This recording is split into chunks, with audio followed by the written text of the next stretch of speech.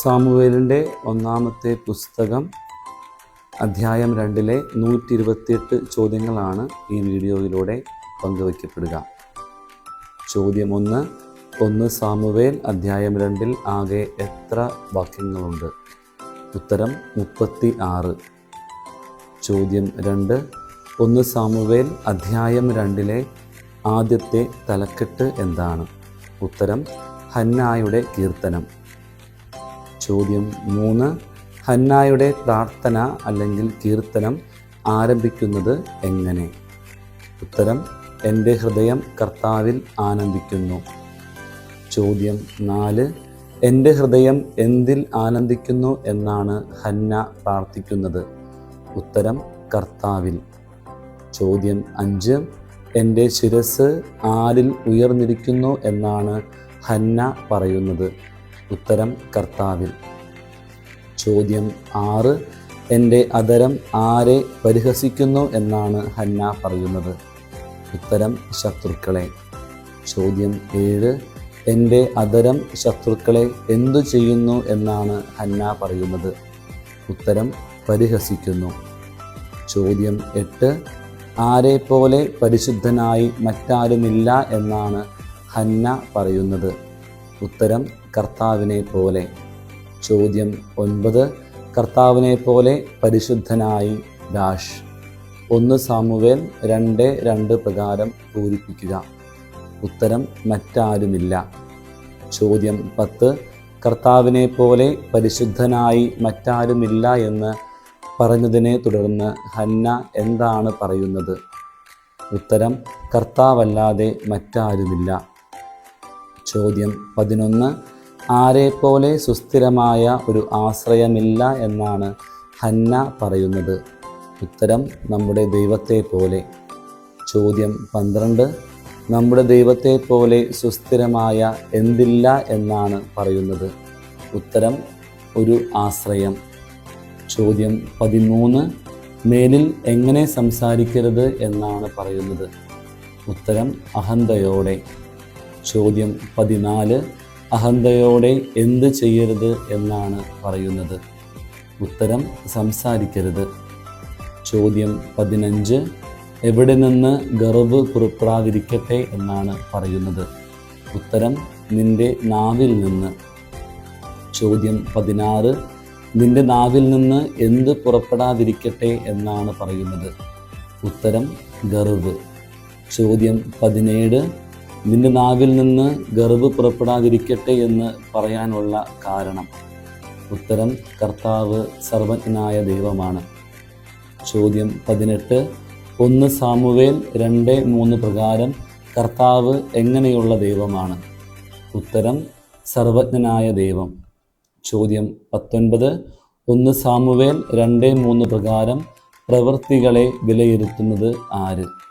ഉത്തരം അവിടുന്ന്. ചോദ്യം 20 ആരുടെ വില്ലുകളാണ് തകരുന്നത്? ഉത്തരം വീരന്മാരുടെ.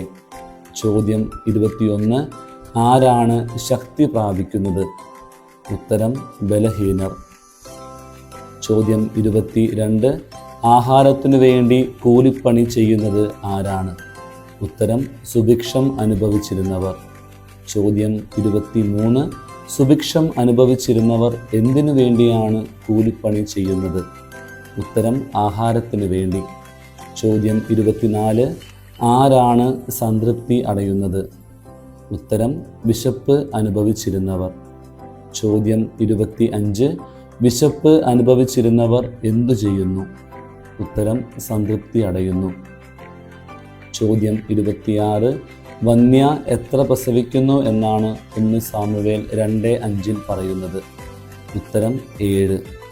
ചോദ്യം 27 നിരാലംബയാകുന്നത് ആരാണ്? ഉത്തരം സന്താന സമ്പത്തുള്ളവൾ. ചോദ്യം 28 1 സാമുവേൽ 2:6 ജീവനെക്കുറിച്ച് പറയുമ്പോൾ കർത്താവ് എന്തൊക്കെ ചെയ്യുന്നു എന്നാണ് പറയുന്നത്? ഉത്തരം ജീവൻ എടുക്കുകയും കൊടുക്കുകയും ചെയ്യുന്നു. ചോദ്യം 29 ജീവൻ എടുക്കുകയും കൊടുക്കുകയും ചെയ്യുന്നത് ആര്? ഉത്തരം കർത്താവ്. ചോദ്യം 30 പാതാളത്തെക്കുറിച്ച് പറയുമ്പോൾ എന്തൊക്കെയാണ് പറയുന്നത്? ഉത്തരം: കർത്താവ് പാതാളത്തിലേക്ക് ഇറക്കുകയും അവിടെ നിന്ന് കയറ്റുകയും ചെയ്യുന്നു. ചോദ്യം 31: പാതാളത്തിലേക്ക് ഇറക്കുകയും അവിടെ നിന്ന് കയറ്റുകയും ചെയ്യുന്നത് ആര്? ഉത്തരം: കർത്താവ്. ചോദ്യം 32: ദരിദ്രനും ധനികനും ആക്കുന്നത് കർത്താവാണ് എന്ന് പറഞ്ഞതിനെ തുടർന്ന് എന്താണ് പറയുന്നത്? ഉത്തരം: താഴ്ത്തുന്നതും ഉയർത്തുന്നതും അവിടുന്ന് തന്നെ. ചോദ്യം 33: അവിടുന്ന് ധൂളിയിൽ നിന്ന് ആരെ ഉയർത്തുന്നു? ഉത്തരം: ദരിദ്രനെ. ചോദ്യം 34: ദരിദ്രനെ അവിടുന്ന് എവിടെ നിന്ന് ഉയർത്തുന്നു? ഉത്തരം: ധൂളിയിൽ നിന്ന്. ചോദ്യം 35: കുപ്പയിൽ നിന്ന് സമുദ്ധരിക്കുന്നത് ആരെയാണ്? ഉത്തരം: അഗതിയെ. ചോദ്യം 36: അഗതിയെ എവിടെ നിന്നാണ് സമുദ്ധരിക്കുന്നത്? ഉത്തരം: കുപ്പയിൽ നിന്ന്. ചോദ്യം 37: അങ്ങനെ അവരെ പ്രഭുക്കന്മാരോടൊപ്പം ഇരുത്തി ഉന്നത സ്ഥാനങ്ങൾക്ക് അവകാശികൾ ആക്കുന്നു. ആരെ? ഉത്തരം: ദരിദ്രനെയും അഗതിയെയും. ചോദ്യം 38: ദരിദ്രനെയും അഗതിയെയും ആരോടൊപ്പം ഇരുത്തിയാണ് ഉന്നത സ്ഥാനങ്ങൾക്ക് അവകാശികൾ ആക്കുന്നത്? ഉത്തരം: പ്രഭുക്കന്മാരോടൊപ്പം. ചോദ്യം 39: ദരിദ്രനെയും അഗതിയെയും പ്രഭുക്കന്മാരോടൊപ്പം ഇരുത്തി എന്തിന് അവകാശികൾ ആക്കുന്നു? ഉത്തരം: ഉന്നത സ്ഥാനങ്ങൾക്ക്. ചോദ്യം 40: ഭൂമിയുടെ അടിത്തൂണുകൾ ആരുടേതാണ്? ഉത്തരം: കർത്താവിൻ്റേത്. ചോദ്യം 41: 1 സാമുവേൽ 2:8 കർത്താവിൻ്റേതാണ് എന്ന് പറയുന്നത് എന്താണ്? ഉത്തരം: ഭൂമിയുടെ അടിത്തൂണുകൾ. ചോദ്യം 42: അതിന്മേൽ അവിടുന്ന് ലോകത്തെ ഉറപ്പിച്ചിരിക്കുന്നു. എന്തിന്മേൽ? ഉത്തരം: ഭൂമിയുടെ അടിത്തൂണുകളിന്മേൽ. ചോദ്യം 43: ഭൂമിയുടെ അടിത്തൂണുകളിന്മേൽ എന്തിനെയാണ് അവിടുന്ന് ഉറപ്പിച്ചിരിക്കുന്നത്? ഉത്തരം: ലോകത്തെ. ചോദ്യം 44: ആരുടെ പാദങ്ങളെയാണ് അവിടുന്ന് കാക്കുന്നത്? ഉത്തരം: തൻ്റെ വിശ്വസ്തരുടെ. ചോദ്യം 45: തൻ്റെ വിശ്വസ്തരുടെ എന്തിനെ അവിടുന്ന് കാക്കുന്നു? ഉത്തരം: പാദങ്ങളെ. ചോദ്യം 46: ആരാണ് അന്ധകാരത്തിൽ ഉപേക്ഷിക്കപ്പെടുന്നത്? ഉത്തരം: ദുഷ്ടന്മാർ. ചോദ്യം 47: ദുഷ്ടന്മാർക്ക് എന്ത് സംഭവിക്കുന്നു? ഉത്തരം: അന്ധകാരത്തിൽ ഉപേക്ഷിക്കപ്പെടുന്നു. ചോദ്യം 48: എന്തിനാൽ ആരും പ്രബലൻ ആകുന്നില്ല എന്നാണ് പറയുന്നത്? ഉത്തരം: ശക്തിയാൽ. ചോദ്യം 49: ശക്തിയാൽ ആരും എന്തു ചെയ്യുന്നില്ല? ഉത്തരം: പ്രബലനാകുന്നില്ല. ചോദ്യം 50: കർത്താവ് ഛിന്നഭിന്നമാക്കുന്നത് ആരെ? ഉത്തരം: പ്രതിയോഗികളെ. ചോദ്യം 51: കർത്താവ് പ്രതിയോഗികളെ എന്തു ചെയ്യുന്നു? ഉത്തരം: ഛിന്നഭിന്നമാക്കുന്നു. ചോദ്യം 52: അവർക്കെതിരെ ആകാശത്തിൽ ഇടിമുഴക്കുന്നു. ആർക്കെതിരെ? ഉത്തരം: പ്രതിയോഗികൾക്കെതിരെ. ചോദ്യം 53: കർത്താവ് പ്രതിയോഗികളെ ഛിന്നഭിന്നമാക്കിയ ശേഷം എന്തു ചെയ്യുന്നു? ഉത്തരം: ആകാശത്തിൽ ഇടിമുഴക്കുന്നു. ചോദ്യം 54: ഭൂമിയെ മുഴുവൻ വിധിക്കുന്നത് ആര്? ഉത്തരം: കർത്താവ്. ചോദ്യം 55: ആർക്കാണ് അവിടുന്ന് ശക്തി കൊടുക്കുന്നത്? ഉത്തരം: തൻ്റെ രാജാവിന്. ചോദ്യം 56: തൻ്റെ രാജാവിന് അവിടുന്ന് എന്താണ് കൊടുക്കുന്നത്? ഉത്തരം: ശക്തി. ചോദ്യം 57: ആരുടെ ശിരസ്സ് ഉയരുമാറാക്കും എന്നാണ് പറയുന്നത്? ഉത്തരം: തൻ്റെ അഭിഷിക്തൻ്റെ. ചോദ്യം 58: റാമായിലുള്ള തൻ്റെ ഭവനത്തിലേക്ക് മടങ്ങിയത് ആര്? ഉത്തരം: എൽക്കാന. ചോദ്യം 59: 1 സാമുവേൽ 2:11 പ്രകാരം ആരാണ് പുരോഹിതനായ ഏലിയുടെ സാന്നിധ്യത്തിൽ കർത്താവിന് ശുശ്രൂഷ ചെയ്തു പോന്നത്? ഉത്തരം: ബാലനായ സാമുവേൽ. ചോദ്യം 60: 1 സാമുവേൽ അധ്യായം 2 രണ്ടാമത്തെ തലക്കെട്ട്. ഉത്തരം: ഏലിയുടെ പുത്രന്മാർ. ചോദ്യം 61: 1 സാമുവേൽ 2:12 പ്രകാരം ഏലിയുടെ പുത്രന്മാർക്ക് നൽകുന്ന വിശേഷണങ്ങൾ എന്തൊക്കെയാണ്? ഉത്തരം: ദുർമാർഗികളും കർത്താവിനെ ബഹുമാനിക്കാത്തവരും. ചോദ്യം 62. ദുർമാർഗികളും കർത്താവിനെ ബഹുമാനിക്കാത്തവരുമായിരുന്നു എന്ന് പറയുന്നത് ആരെ പറ്റിയാണ്? ഉത്തരം ഏലിയുടെ പുത്രന്മാരെ പറ്റി. ചോദ്യം 63. പുരോഹിതന്മാർക്ക് വിഹിതം ലഭിക്കേണ്ടത് ആരിൽ നിന്നാണ്? ഉത്തരം ജനങ്ങളിൽ നിന്ന്. ചോദ്യം 64. ജനങ്ങളിൽ നിന്ന് പുരോഹിതന്മാർക്ക് ലഭിക്കേണ്ട വിഹിതത്തെ സംബന്ധിക്കുന്ന നിയമം അവർ മാനിച്ചില്ല. ആര്? ഉത്തരം ഏലിയുടെ പുത്രന്മാർ. ചോദ്യം 65. ഏലിയുടെ പുത്രന്മാർ മാനിക്കാതിരുന്ന നിയമം എന്ത്? ഉത്തരം ജനങ്ങളിൽ നിന്ന് പുരോഹിതന്മാർക്ക് ലഭിക്കേണ്ട വിഹിതത്തെ സംബന്ധിക്കുന്ന നിയമം. ചോദ്യം 66. ആരെങ്കിലും ബലിയർപ്പിച്ച മാംസം പാകം ചെയ്യുമ്പോൾ പുരോഹിതന്റെ ഭൃത്യൻ പാത്രത്തിൽ മുപ്പല്ലി കൊണ്ട് കുത്തി അതിൽ കിട്ടുന്നത് മുഴുവൻ ആർക്ക് വേണ്ടി എടുത്തിരുന്നു? ഉത്തരം പുരോഹിതന് വേണ്ടി. ചോദ്യം 67. ബലിയർപ്പിച്ച മാംസം പാകം ചെയ്യുമ്പോൾ അതിൽ നിന്ന് പുരോഹിതന് വേണ്ടി എടുത്തിരുന്നത് ആര്? ഉത്തരം പുരോഹിതന്റെ ഭൃത്യൻ. ചോദ്യം 68. ആരെങ്കിലും ബലിയർപ്പിച്ച മാംസം പാകം ചെയ്യുമ്പോൾ പുരോഹിതന്റെ ഭൃത്യൻ പാത്രത്തിൽ നിന്ന് എന്തുകൊണ്ട് കുത്തിയാണ് അതിൽ നിന്ന് കിട്ടുന്നത് മുഴുവൻ പുരോഹിതന് വേണ്ടി എടുത്തിരുന്നത്? ഉത്തരം മുപ്പല്ലി കൊണ്ട്. ചോദ്യം 69. മേധസ് ദഹിപ്പിക്കുന്നതിന് മുൻപ് തന്നെ ബലി അർപ്പിക്കുന്നവനോട് പുരോഹിതന്റെ ഭൃത്യൻ വന്ന് പറയുന്നത് എന്ത്? ഉത്തരം പുരോഹിതന് വേണ്ടി പാകം ചെയ്യാൻ കുറെ മാംസം തരിക, പച്ച മാംസമല്ലാതെ വേവിച്ചത് അദ്ദേഹം സ്വീകരിക്കുകയില്ല. ചോദ്യം 70. പുരോഹിതന് വേണ്ടി പാകം ചെയ്യാൻ കുറെ മാംസം തരിക എന്ന് പുരോഹിതന്റെ ഭൃത്യൻ വന്ന് പറയുന്നത് എപ്പോഴാണ്? ഉത്തരം മേധസ് ദഹിപ്പിക്കുന്നതിന് മുൻപ് തന്നെ. ചോദ്യം 71. പുരോഹിതന് വേണ്ടി പാകം ചെയ്യാൻ കുറെ മാംസം തരിക എന്ന് മേധസ് ദഹിപ്പിക്കുന്നതിന് മുൻപ് തന്നെ പുരോഹിതന്റെ ഭൃത്യൻ വന്ന് പറയുന്നത് ആരുടെ പക്കലാണ്? ഉത്തരം ബലിയർപ്പിക്കുന്നവനോട്. ചോദ്യം 72. പുരോഹിതൻ സ്വീകരിക്കാത്തത് എന്താണ്? ഉത്തരം പച്ചമാംസം അല്ലാതെ വേവിച്ചത്. ചോദ്യം 73. പച്ചമാംസമല്ലാതെ വേവിച്ചത് ആര് സ്വീകരിക്കുകയില്ല?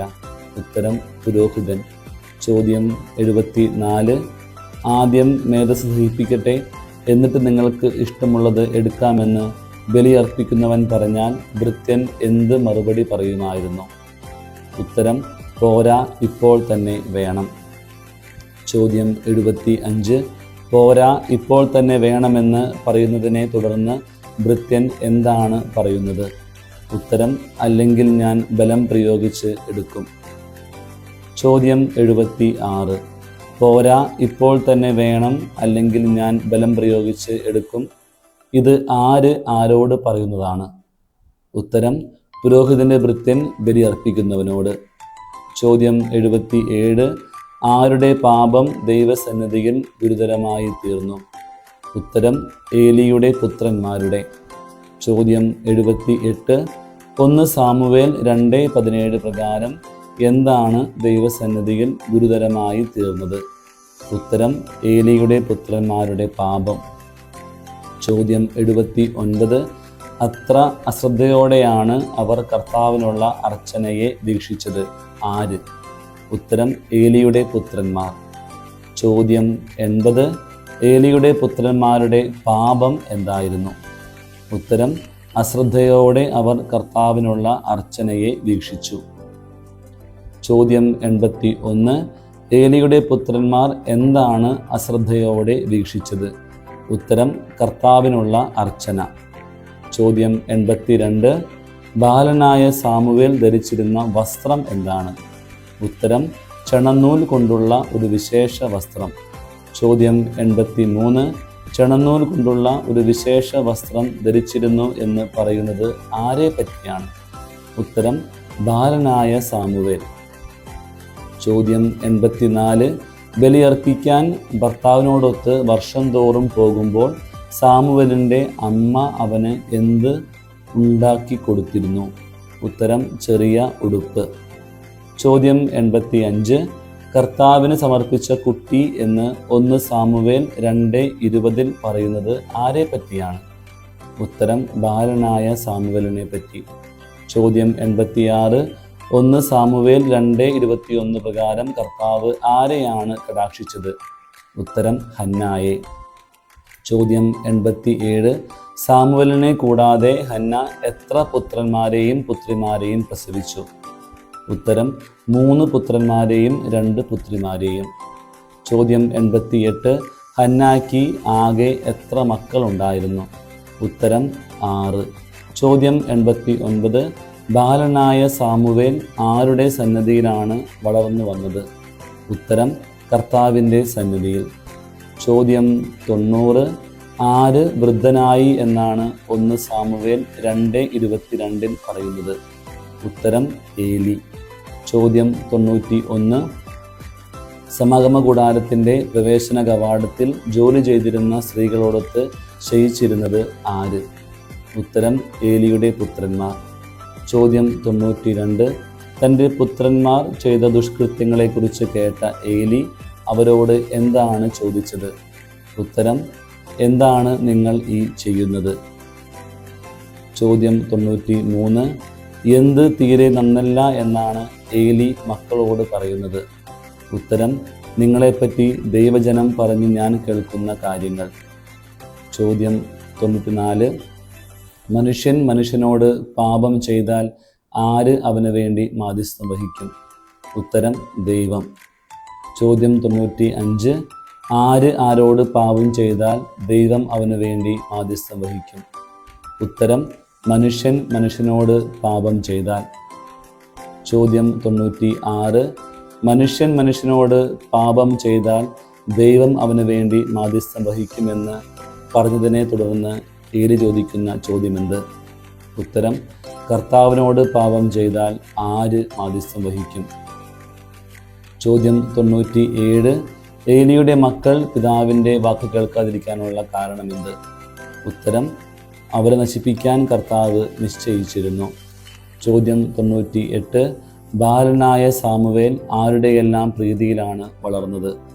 ഉത്തരം കർത്താവിൻ്റെയും മനുഷ്യരുടെയും. ചോദ്യം 99.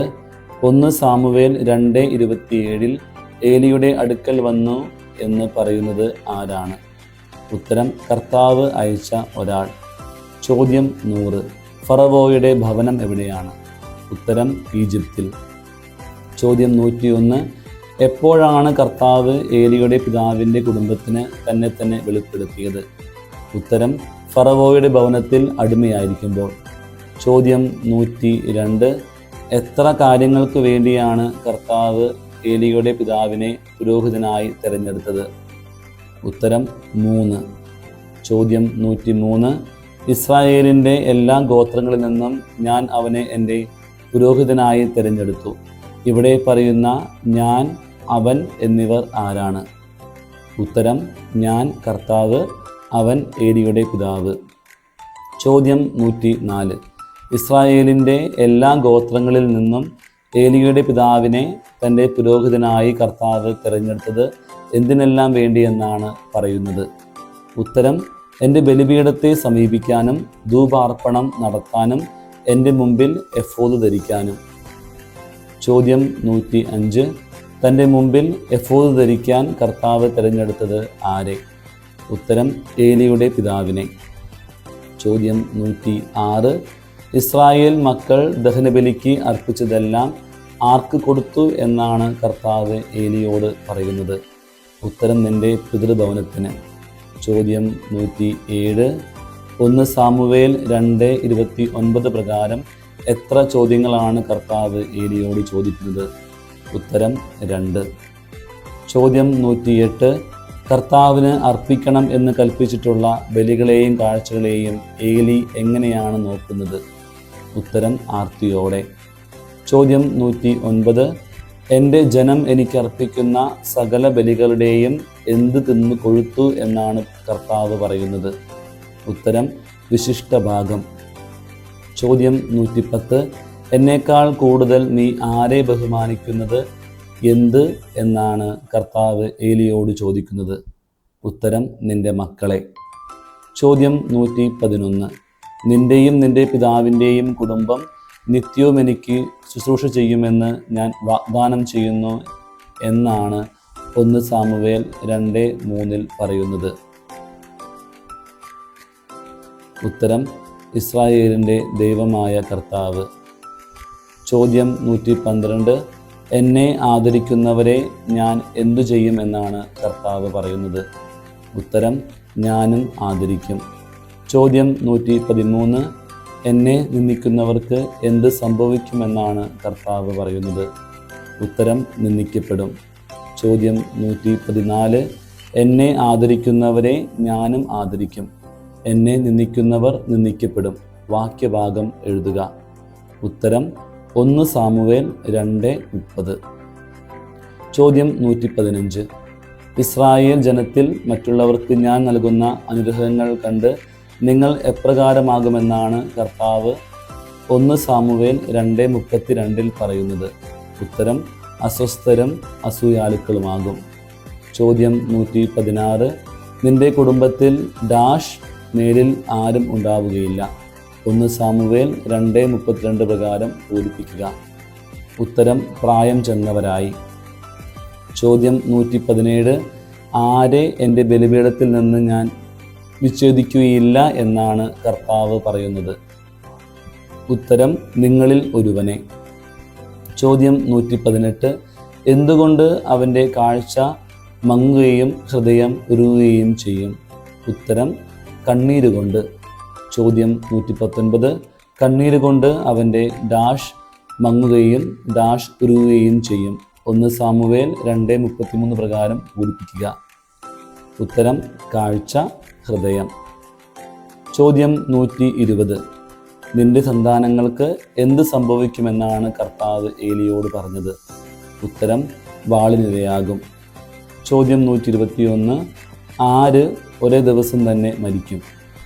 ഉത്തരം ഹോഫ്നിയും ഫിനെഹാസും. ചോദ്യം 122. നിന്റെ പുത്രന്മാരായ ഹോഫ്നിയും ഫിനെഹാസും ഒരേ ദിവസം തന്നെ മരിക്കും. ഇത് നിനക്ക് ഡാഷ്. 1 സാമുവേൽ 2:35 പ്രകാരം പൂരിപ്പിക്കുക. ഉത്തരം അടയാളമായിരിക്കും. ചോദ്യം 123. എനിക്ക് വേണ്ടി ആരെ ഞാൻ തിരഞ്ഞെടുക്കും എന്നാണ് കർത്താവ് ഏലിയോട് പറഞ്ഞത്? ഉത്തരം വിശ്വസ്തനായ ഒരു പുരോഹിതനെ. ചോദ്യം 124. കർത്താവിൻ്റെ ഹൃദയാഭിലാഷമനുസരിച്ച് ആര് പ്രവർത്തിക്കും? ഉത്തരം ഞാൻ തിരഞ്ഞെടുക്കുന്ന വിശ്വസ്തനായ പുരോഹിതൻ. ചോദ്യം 125. കർത്താവ് തിരഞ്ഞെടുക്കുന്ന വിശ്വസ്തനായ പുരോഹിതൻ്റെ എന്ത് ഞാൻ നിലനിർത്തും? ഉത്തരം കുടുംബം. ചോദ്യം 126. കർത്താവ് തിരഞ്ഞെടുക്കുന്ന വിശ്വസ്തനായ പുരോഹിതൻ എവിടെ നിത്യവും ശുശ്രൂഷ ചെയ്യും? ഉത്തരം എൻ്റെ അഭിഷിക്തൻ്റെ സന്നിധിയിൽ. ചോദ്യം 127. കർത്താവ് തിരഞ്ഞെടുക്കുന്ന വിശ്വസ്തനായ പുരോഹിതനോട് നിന്റെ കുടുംബത്തിൽ അവശേഷിക്കുന്നവരെല്ലാം എന്തിനു വേണ്ടി യാചിക്കും? ഉത്തരം ഒരു വെള്ളിക്കാശിനും ഒരു കഷ്ണം അപ്പത്തിനും വേണ്ടി. ചോദ്യം 128. ഒരു കഷ്ണം അപ്പം ലഭിക്കേണ്ടതിന് എന്നെ എന്തു ചെയ്യണമേ എന്ന് നിന്റെ കുടുംബത്തിൽ അവശേഷിക്കുന്നവരെല്ലാം യാചിക്കും എന്നാണ് കർത്താവ് ഏലിയോട് പറഞ്ഞത്? ഉത്തരം ഏതെങ്കിലും ഒരു പുരോഹിത വൃത്തിക്കും ചേർക്കണമേ എന്ന്. Thank you.